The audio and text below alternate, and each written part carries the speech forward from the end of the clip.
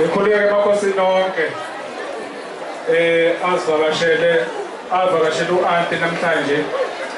Lona-ke uNhlanhla wakwaZungu, ngisuka empangeni kwaMadlebe. Ngizobonga nje ku-anti, ngihamba nengoduso yami engiyithole khona la ekhaya.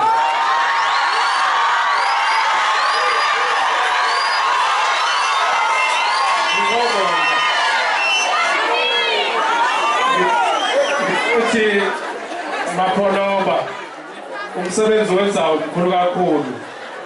Mhlambe siyisizwe asimnaki ukuthi lo msebenzi wenzayo mkhulu kangakanani.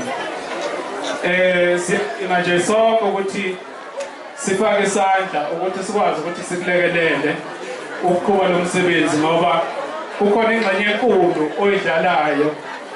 Nami ukuze ngikwazi ukuthi ngithole unkosikazi la ngaphansi kwesandla sakho, sibonga nje ukuthi uyakhulisa, uyafundisa.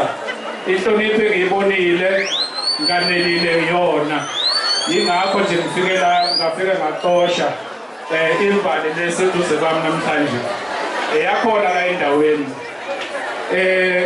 Ngibe sesibona-ke ukuthi nengoduso yami ukuthi cha, asikuphe isithole ukuze uvuse umuzi wakwaNgcobo. Sikhona-ke isithole ngenxa yesimo setraffic, sihambe sawusishiya ekhaya kwaNgcobo.